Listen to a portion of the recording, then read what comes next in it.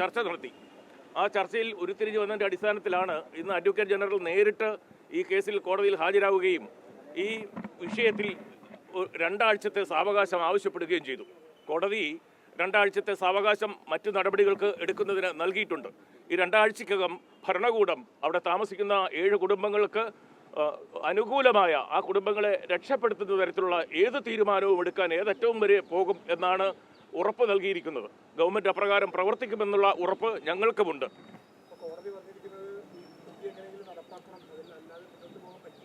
അതെ, ഒരു കോടതി വിധി ഉണ്ടായാൽ ആ വിധിയെ മേൽക്കോടതികളും അംഗീകരിച്ചാൽ നമ്മുടെ രാജ്യത്തെ നിയമ സംവിധാനം അനുസരിച്ച് ആ വിധി നടപ്പാക്കിയേ പറ്റൂ.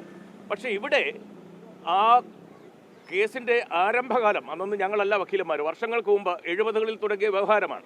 അന്നത്തെ കാലം തൊട്ട് ഈ പാവപ്പെട്ട അവിടുത്തെ നിവാസികൾക്ക് വേണ്ടി ഹാജരായവരുടെ ഭാഗത്ത് നിന്ന് വേണ്ടത്ര അവധാനത ആ നടത്തിപ്പിൽ ഉണ്ടായില്ല, കേസ് നടത്തിപ്പിൽ ഉണ്ടായില്ല എന്നുള്ളത് സത്യമാണ്.